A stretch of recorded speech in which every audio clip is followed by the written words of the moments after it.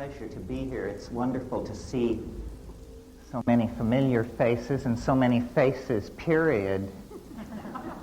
I've never been to Port Hueneme before. Probably some of you feel the same way. But I've been doing a lot of traveling recently. I was in New York last weekend at the Open Center, and in Prague 2 weeks before that. So this is the end of a long season of traveling. I'm not home yet, but at least I'm in my own time zone. I want to especially thank Andy Voth and the Carnegie Museum of Art in Oxnard for inviting me to participate. It represents a real commitment to free speech and First Amendment rights, I think, for an art museum.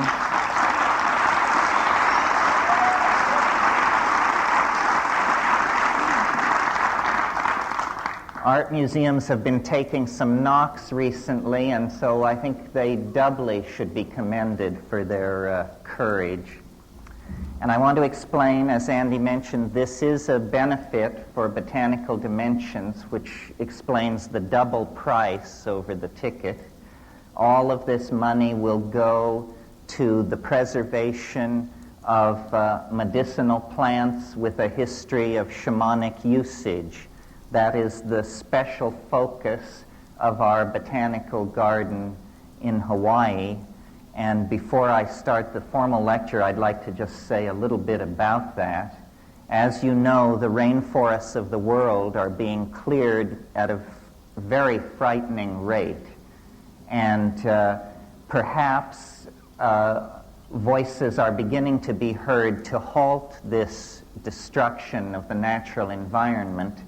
But whether it's halted or not, the destruction of the knowledge of native peoples concerning the uses of the plants in the rainforest, this is disappearing without doubt in the next 30 years because these people are moving into cities, taking jobs in the ordinary market economy, and thousands of years of accumulated folk medical knowledge is being lost.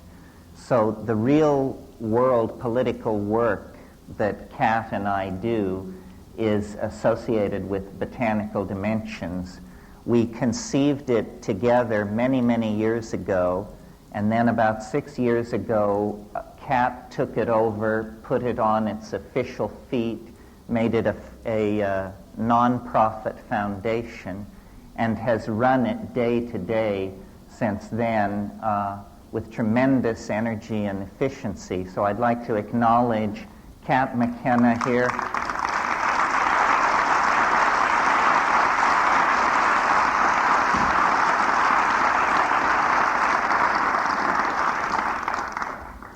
My better half. In fact, my only good half. Yes. And then I wanted to underscore what Andy said, a very special event 2 weeks from now at the Carnegie Museum. Roy Tuckman, Roy of Hollywood, bon vivant, countercultural figure, informational ferret of our time, will be recast as an experimental composer of great energy and imagination. And I hope you'll all turn out for Roy. He's been a wonderful force in my life and I think in the cultural life of Southern California.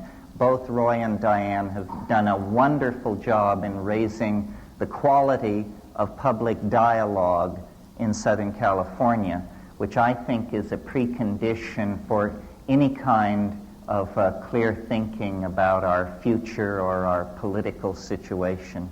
So here's to Roy and Diane.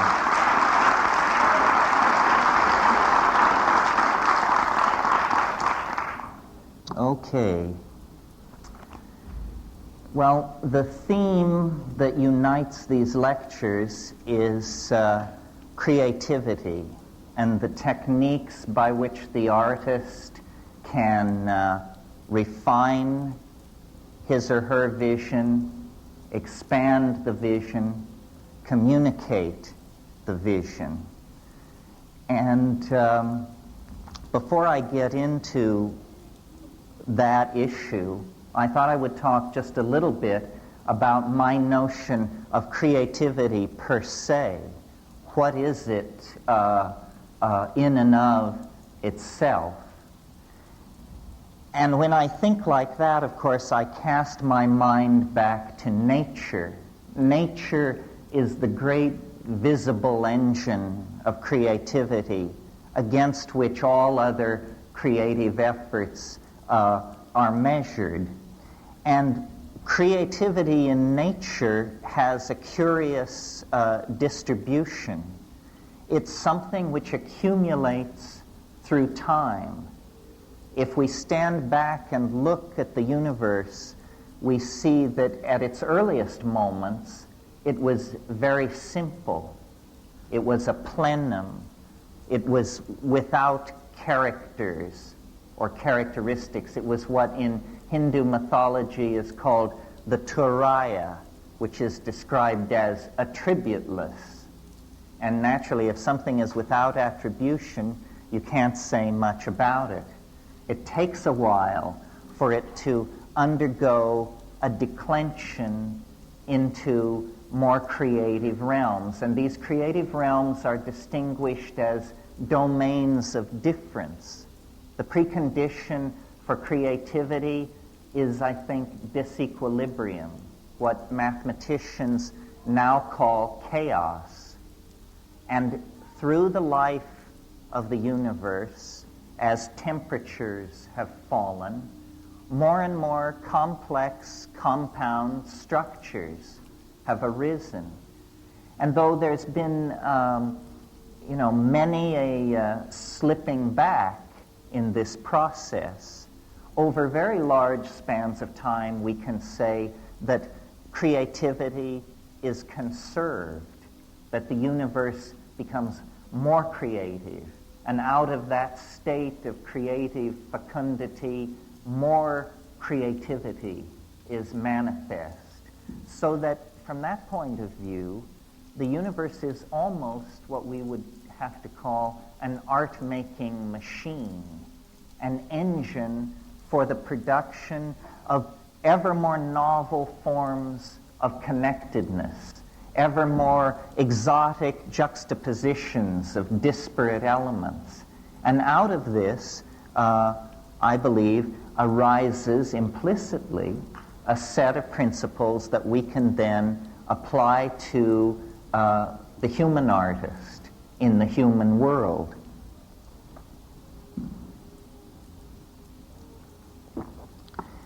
Nature's creativity is obviously the wellspring of human creativity. We emerge out of nature almost, and this idea I think was fairly present close to the surface of the medieval mind, we emerge out of nature almost as its finest work of art.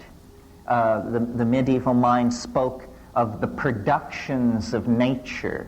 This is a phrase you hear as late as the 18th century, the productions of nature. And human creativity emerges out of that, whether you have a model of the Aristotelian great ladder of being or a more modern evolutionary view where we actually consolidate emergent properties and somehow bring them to a focus of self-reflection. Now, I'm sure that we couldn't carry out a discussion of this sort without observing that the prototypic figure for the artist, as well as for the scientist, is the shaman. The shaman is the figure at the beginning of human history that unites the doctor, the scientist, and the artist into a single notion of caregiving and creativity. And I think that, to whatever degree art over the past several centuries has wandered in the desert, it is because this shamanic function has been either suppressed or forgotten, and different images of the artist have been held up at different times. The artist as artisan, the artist as handmaiden of a ruling class or family, the artist as designer for the production of integrated objects into a civilization. This notion of the artist as mystical journeyer, as one who goes into a world unseen by others and then returns to tell them of it, was pretty much lost in the post-medieval and Renaissance conception of art up until the late 19th century or early 20th century, where, beginning with the Romantics, there is a new permission to explore the irrational. This really is the bridge back to the archaic shamanic function of the artist. Permission to explore the irrational. The Romantics did it with their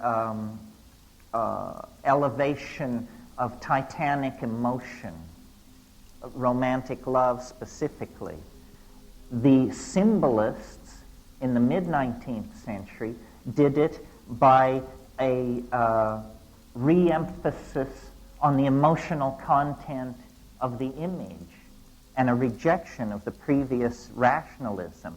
And that emphasis on the image and on the emotions set the stage then for what I take to be the truly shamanic movements in art, which begin really with Alfred Jarry in the late 1880s and early 1890s.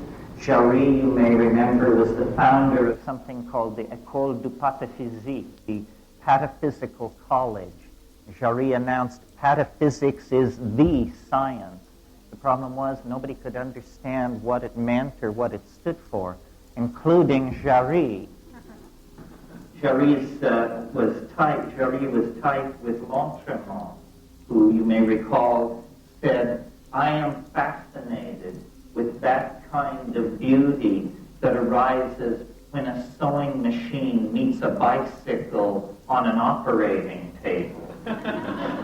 See, this was a true effort to bend the boundaries of art, to create new permission really for the unthinkable. And this, again, reinforces the shamanic function.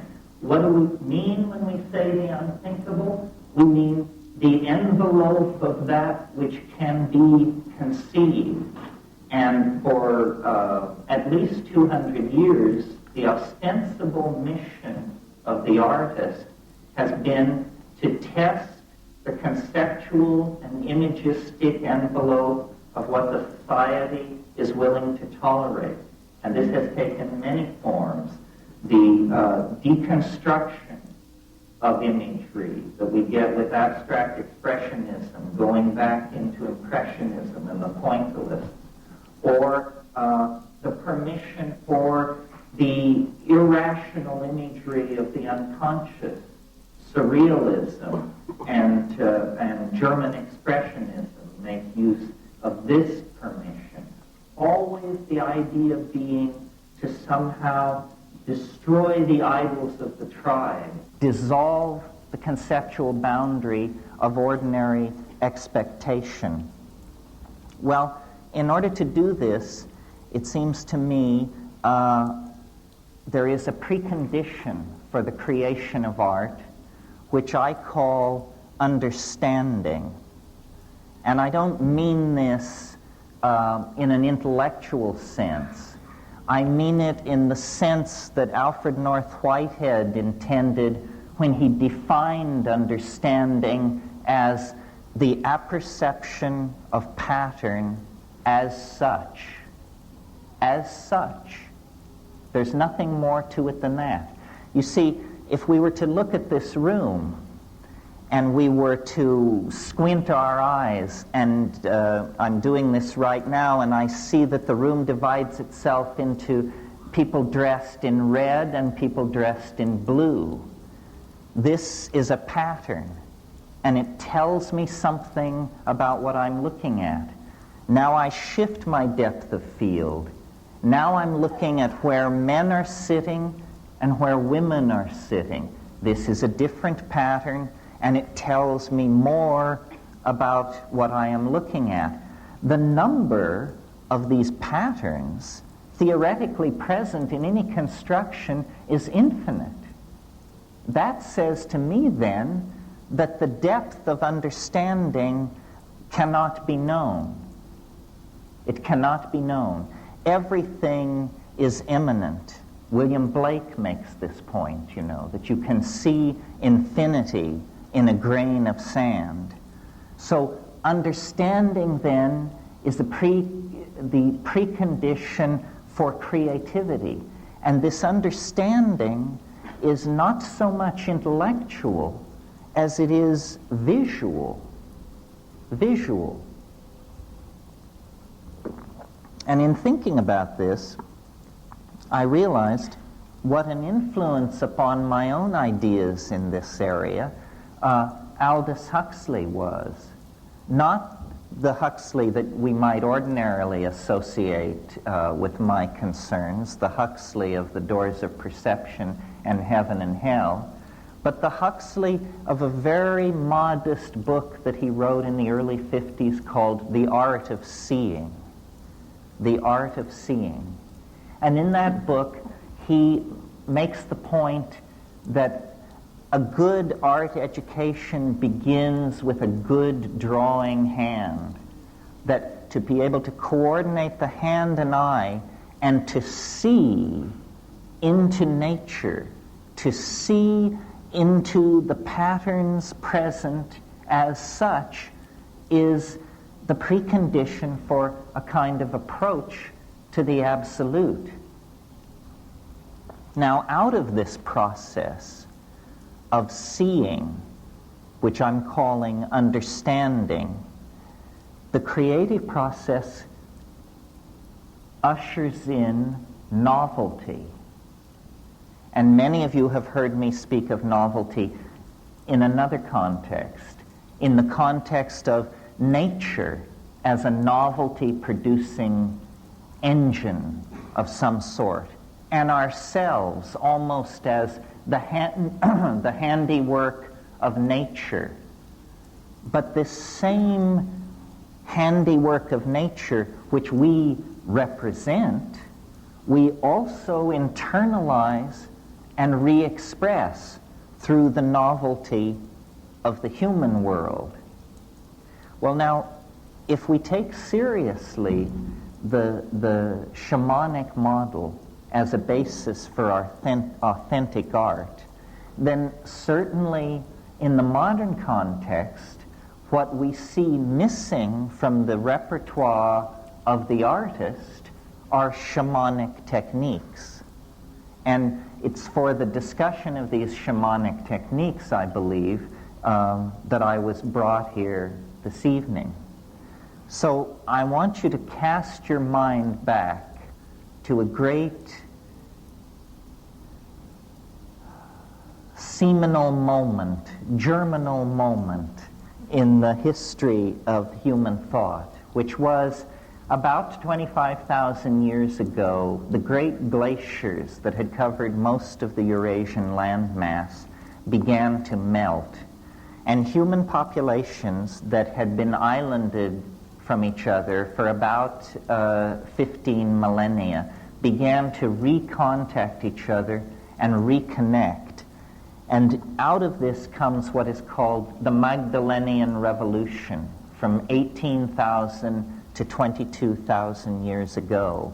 And what it is nothing less than a tremendous explosion of creativity and aesthetic self-expression on the part of the human species.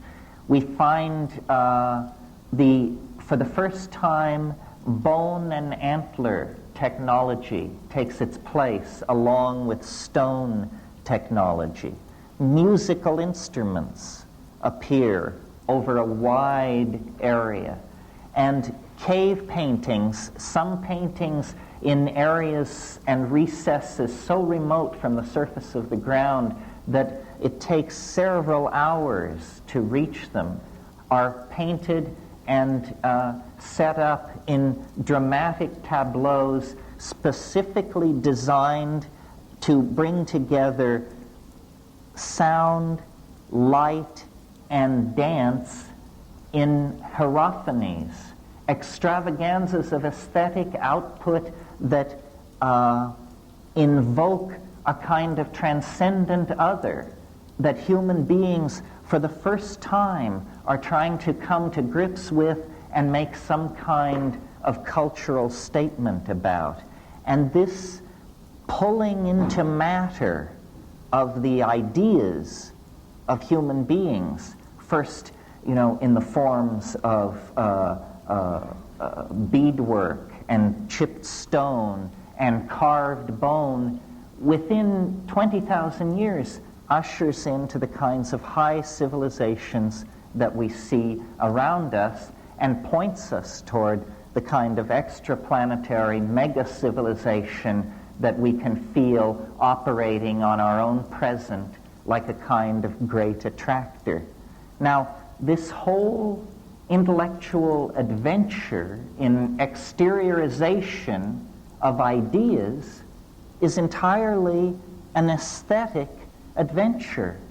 Until very recently, utility is only a secondary consideration. The real notion is a kind of seizure by the tremendum, by the other, which then forces us to take up matter, clay, bone, flint, and put it through a mental process where we then excrete it as objects that have lodged within them ideas. This seems to be the special, unique, transcendental function of the human animal, is the production and condensation of ideas. And what made it possible for the human animal is language. If you're seeking the thumbprint of the transcendental on the myriad phenomena that compose life on this planet, to my mind, the place to look is human language. Human language represents an ontological break of major magnitude with anything else going on this planet. I mean, yes, bees dance and dolphins squeak and chimpanzees do what they do, but it's a hell of a step from there to Wallace Stevens, let alone William Shakespeare. Language is the unique province of human beings, and language is the unique tool of the artist. The artist is the person of language. And I've, given a lot of thought to this because the work that I've done with psilocybin mushrooms and the observations of psychedelic plant use in the Amazon centered around ayahuasca lead me to the conclusion that it is the synergy and catalysis of language that lies behind not only the emergence of human consciousness out of animal organization, but then its ability to set a course for a transcendental dimension and pursue that course against all the vicissitudes of biology and history over 10 or 15,000 years. Language has made us more than a group of pack-hunting monkeys. It's made us a group of pack-hunting monkeys with a dream.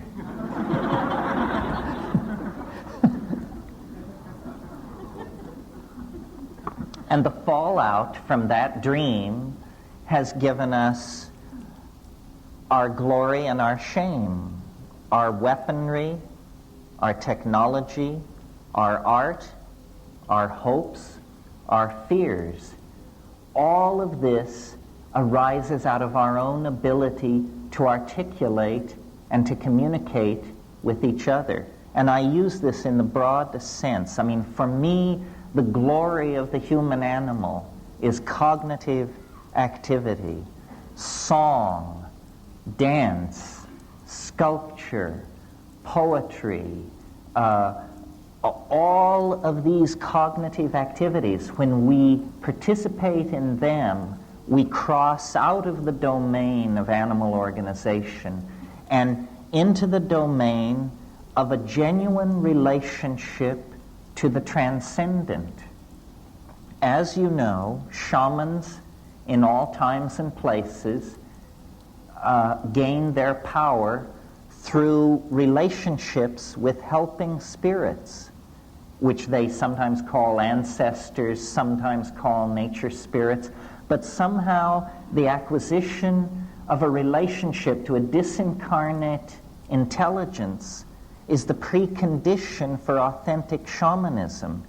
Now, nowhere in our world do we have an institution like that we do not consider pathological, except in the now very thinly spread tradition of the muse, that artists, alone among human beings, are given permission to talk in terms of my inspiration, or a voice which told me to do this, or a vision that must be realized. The thin line, the thin thread of shamanic descent into our profane world leads through the office of the artist. And so, if society is to somehow take hold of itself at this penultimate moment, as we literally waver on the brink of planetary extinction, then the artist, like Ariadne following her thread out of the labyrinth, is going to have to follow this shamanic thread back through time. And you know, one of the most disempowering things that has been done to us by the male-dominant culture is to brush out our footprints into the past. We don't have a clue as to how we got here. Most people can't think further back than the first Nixon administration, let alone, you know, the arrival of the Vikings, the fall of Çatalhöyük, the melting of the glaciers, so forth and so on. We have been disempowered by a rational tendency to deny our irrational roots, which are a kind of embarrassment to science, because science is the special province of the ego, and magic and art are the special province of something else. I could name it, but I won't. It prefers to be unnamed, I think. So, how seriously then are we to take this, I'll call it an obligation, to follow the shamanic thread back into time? Well, I think that it is a matter of saving our own souls, that this is the real challenge. You know, I love to dig at the yogins by saying nobody ever went into an ashram with their knees knocking in fear over the tremendous dimension they know they were about to enter through meditation. Still truer and more sad, still more true and more sad, is the notion that very few of us pick up our sculpting tools or our airbrush with our knees knocking with fear because we know we are invoking and acting with the muse at our elbow. And somehow I think the artists need to recover this sense of mystery. One of the most depressing things to me about the art scene, and I had a chance to reconnect with this because I was just in New York, is it now has a kind of directionless quality. You can go into a gallery and you cannot tell whether it is 1990, 1980, 1970, or 1960, because a kind of eschatological malaise has settled over art. All notion of any forward movement toward a transcendental ideal has been put aside for the exploration of idiosyncratic vision. And I grant you, this is a tension, and perhaps in the question period we can talk about this. There is a tension between the individual vision and the notion of an attractor or a collective vision which wants to be expressed. But to my mind, this is the same dichotomous tension that haunts the individual in his or her relationship to Tao. You know, we don't want to be lost in ego, but on the other hand, if we completely express the Tao, we have no sense of self. The ideal seems to be a kind of coincidentia oppositorum, a kind of literalizing of a paradox, where what we have is Tao, but we perceive it as ego. And in the application of this notion to the art problem, I would say what we need is a situation where schooling, if you want to put it that way, or a tendency toward a coherent vision expressed by many artists is spontaneous. Each artist imagines that they are pursuing their own vision, yet obviously they are in the grip of an archetype which is rising through the medium of the unconscious. Now, the last time we saw this in American art was in abstract expressionism, which was probably, in terms of the values, in terms of tension and the amount of emotional gain between one artistic moment and another, the break between abstract expressionism and what preceded it was the most radical break in American art in this century. Abstract expressionism actually carried us in to a confrontation with what the quantum physicists were telling us, that the universe is field upon field of integrated vibration, that there is no top level, there is no bottom level, that the ordinary structures of provisional space-time are simply that if we can rise out of the human dimension, then we discover these larger, more integrated dimensions where mind and nature somehow interpenetrate each other. A vision like that, a coherent vision, has yet to announce itself here in the post-history, pre-apocalypse phase of things. Well,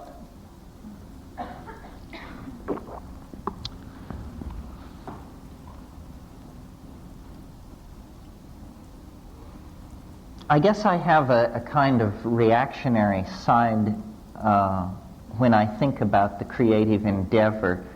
I believe that the psychedelic experience, as encountered by each of you in the privacy of your own mind, or as encountered by a literate society somewhere in the world, that psychedelic experience is in a way the Rosetta Stone, not only for understanding the encryption that our own lives represent each to ourselves, but it's also a Rosetta Stone for uncoding the historical experience.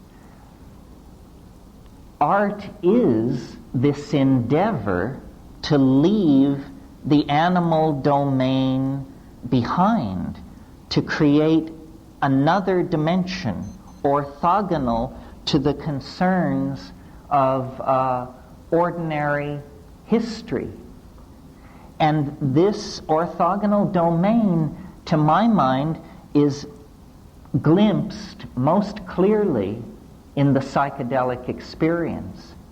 The psychedelic experience shows you more art in an hour and a half than the human species has produced in 15 or 20,000 years.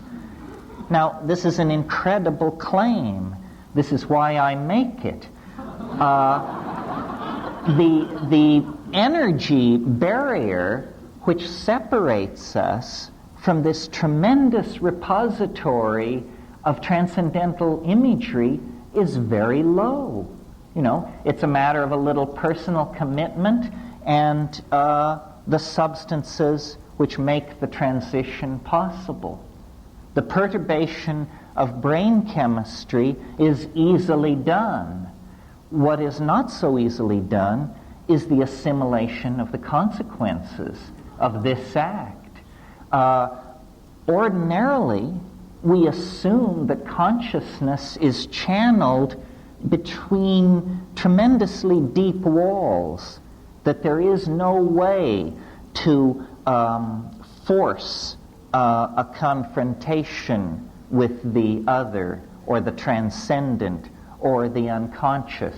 We tend to assume that, you know, we're going to have to do double duty at the ashram for 3 decades before you're vouchsafed even a glimpse into these places.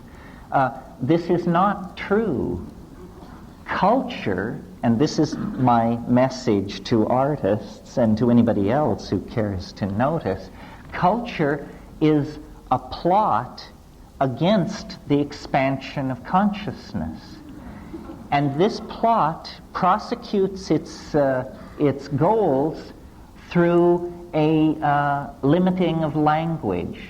Language is the battleground over which the fight will take place, because what we cannot say, we cannot communicate, and by say I mean dance, paint, sing, meme. What we cannot say, we cannot communicate. We can conceive of things that we cannot communicate. And I think every one of us here has done that. And that's a thrilling thing. That is the deep homework. The psychedelic inner astronaut sees things which no human being has ever seen before, and no human being will ever see again. But in fact, this has no meaning unless it is possible to carry it back into the collectivity. And what motivates me to talk to groups like this is the belief that we do not have centuries of gently unfolding time ahead of us in which to gently tease apart the threads of the human endeavor and create a bright new world. That's not our circumstance.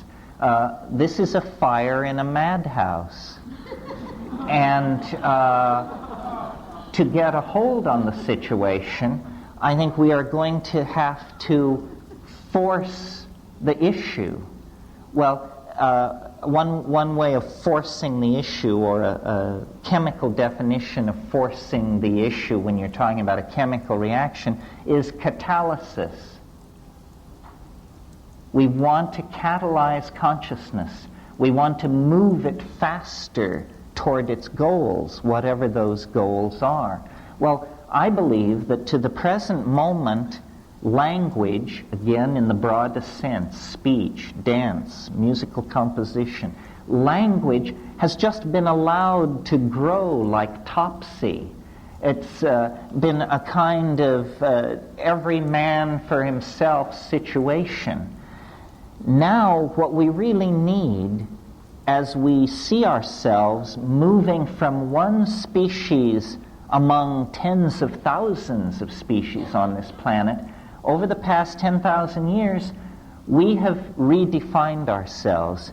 And now, like it or not, we are the custodians of the destiny of this planet. Our decisions affect every life form on the planet. And yet, we are still communicating with each other with the extremely precise medium of small mouth noises mediated by ignorance and hate. This doesn't seem like the way to do business as we approach the third millennium. So what I'm hopeful for, and what I actually see happening, I mean, I think that we're on the right track.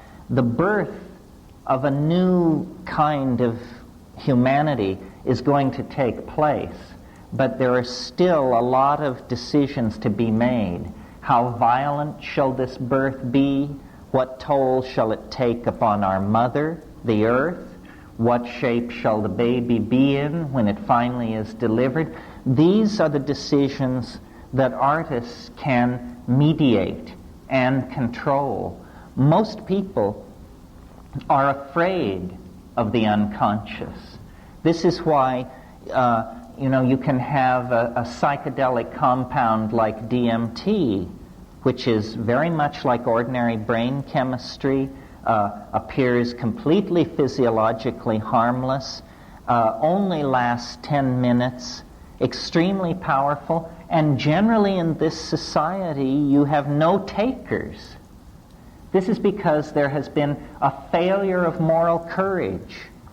And the failure of moral courage is perhaps most evident in our own community, the community of the artists. In a way, it's the poets that have failed us, because they have not provided a song or sung a vision that we could all move in concert to. So now we are in the absurd position of being able to do anything, and what we are doing is fouling our own nest and pushing ourselves toward planetary toxification and extinction. This is because the poets, the artists, have not articulated a moral vision. The moral vision must come from the unconscious. It doesn't have to do, I believe, with these post-meaning movements in art, deconstructionism, and this sort of thing. That art's task is to save the soul of mankind, and that anything less is a dithering while Rome burns. Because if the artists, who are self-selected for being able to journey into the other, if the artist cannot find the way, then the way cannot be found. Ideology is extremely alien to art. Political ideology, I mean. And if you will but notice, it is political ideology that has been calling the shots for the last 700 or 800 years. We can transcend politics if we can put some other program in place. You cannot transcend politics into a void. And I believe that a world without ideology could be created if what were put in place of ideology were the notion of the realization of the good, the true, and the beautiful. You know, the three-tiered canon of the Platonic aesthetic. Reconnect the notion of the good, the true, and the beautiful. Then use psychedelics to empower the artists to go into this vast dimension that surrounds human history on all sides to an infinite depth, and return from that world with the transcendental images that can lift us to a new cultural level. The muse is there. The dull maps that rationalism has given us are nothing more than whistling past the graveyard by the bad little boys of science. You only have to avail yourselves of these shamanic tools to rediscover a nature which is not mute, as Sartre said in a kind of culmination of the modern viewpoint. Nature is not mute. It is man who is deaf. And the way to open our ears, open our eyes, and reconnect with the intent of a living world is through the psychedelics. Now, as you know, biology runs on genes, and genes are the units of meaning of heredity. But we could make a model of the informational environment that is represented by culture, and in fact this is done. A word has been invented, meme, M-E-M-E, meme. A meme is not the smallest unit of heredity. A meme is the smallest unit of meaning of an idea. Ideas are made of memes. And I think the art community might function with more efficiency in the production of visionary aesthetic breakthroughs if we would think of ourselves as an environment modeled after the natural environment, where we as artists are attempting to create memes which enter an environment of other memes that are in competition with each other, and out of this competition of memes, ever more appropriate, adapted, and suitable ideas can gather and link themselves together into higher and higher organisms. Now, in order for this to happen, there is an obligation upon each one of us to carry our ideas clearly, because in the same way that a gene must be copied correctly to be replicated, or it will cause some pathological mutation, a meme must be correctly replicated, or it will cause a pathological mutation. For instance, I would say what the Nazis did to Friedrich Nietzsche's philosophy was a miscopied meme became a toxic mutation inside a culture. So I would suggest to the people in this room tonight that you take a good look around at who's here. Artistic people, psychedelic people look pretty much like everybody else out in society. But we have come here tonight self-selected for our interest in the empowering capacity of psychedelic plants and the empowering capacity of art. So we represent an affinity group, a population with a potential for mutagenic impact on the ideological structures of the rest of society. So look around. Someone here has what you need. And if you can only figure out who it is, you can make a novel connection to move then into a new level of creativity. Well, what is this new level of creativity? Some of you may be familiar with a theme that was very big in medieval religious art, which was the apocalypse of St. John or of somebody. There are a number of these apocalypses. And I think that many of us may come out of a kind of secular background or have not given this kind of a religious idea too much consideration.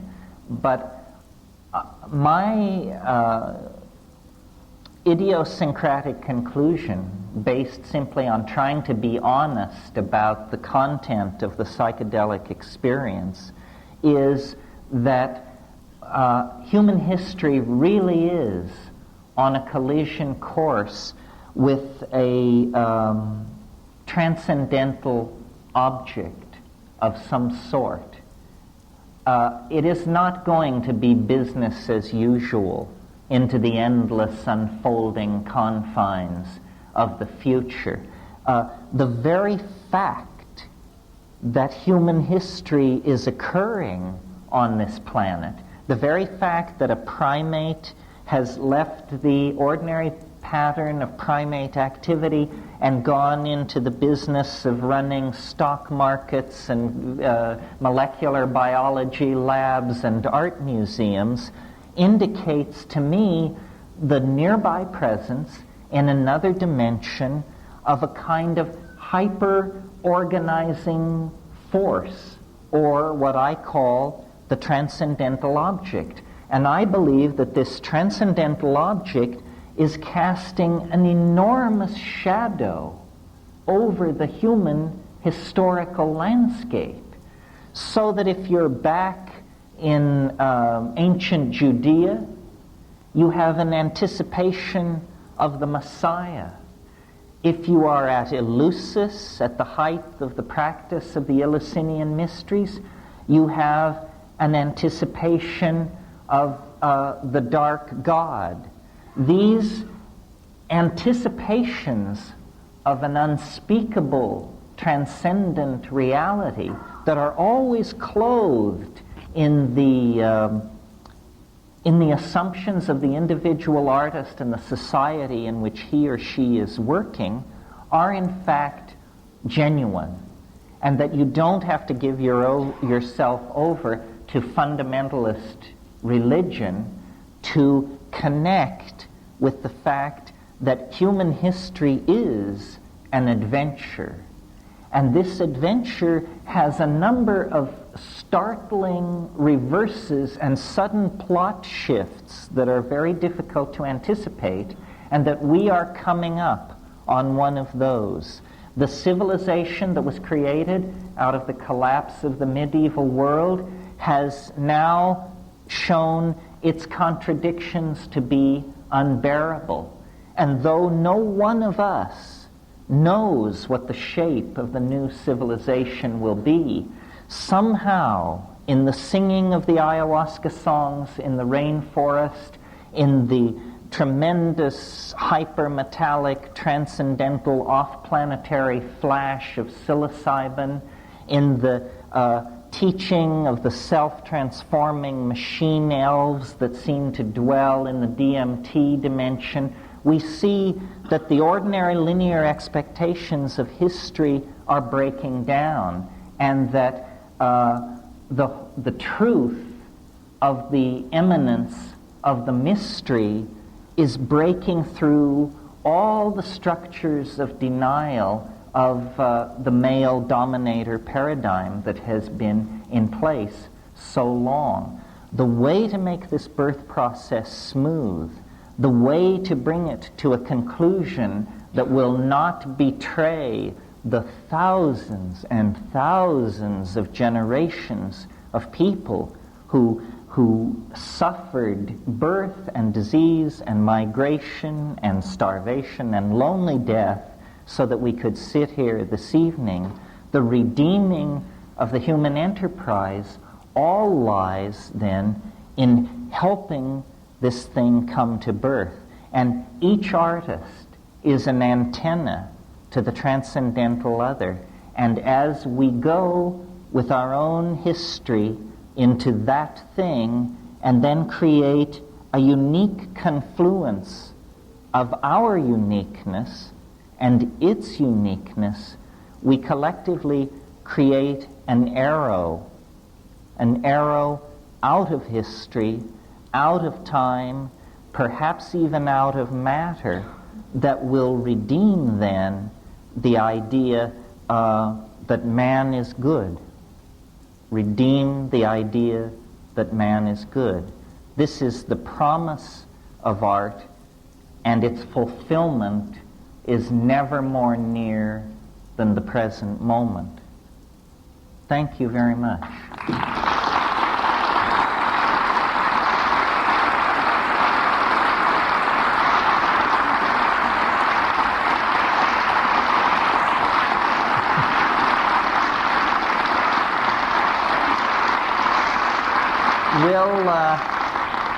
I think we'll take I'm happy to take questions. Here.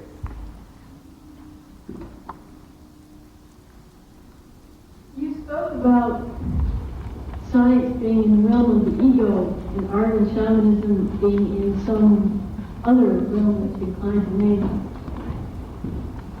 My own psychedelic experience convinced me of the existence of that other realm, but I felt not enough sense of personal power to be that antenna that you're saying that artists can be for bringing that other, until I became convinced of the existence not only of me within that other realm, but that other realm within me. And perhaps the psychedelic experience prepared me for that second awareness, but perhaps you could comment on how, if possible, that second awareness could become more easily accessible in the psychedelic experience. What do you mean by the second awareness? Say a little more about it. Of being aware that that other realm is something that's also very personal and... Well, yes, I mean, it seems it's a landscape that begins within the self and seems to extend into the world. I mean, one of the very puzzling things about the psychedelic experience is that it argues that we are not atomic individuals running around in some kind of society, but that if you actually drain the psychic water away, you'll discover that we're all connected at the roots, that it isn't a journey to another world. It's a journey inward to a world that is already present and there. The astonishing thing is how alienated we are from our own interior, from the interior world, to the point where we can hardly recognize it. I mean, I've talked a lot about the alien nature of the psychedelic experience and how it seems to be mappable over something as radical as the UFO experience. This is because we truly do not know who we are. The past 10,000 years have been so disempowering to us. We are really like the children of a dysfunctional relationship.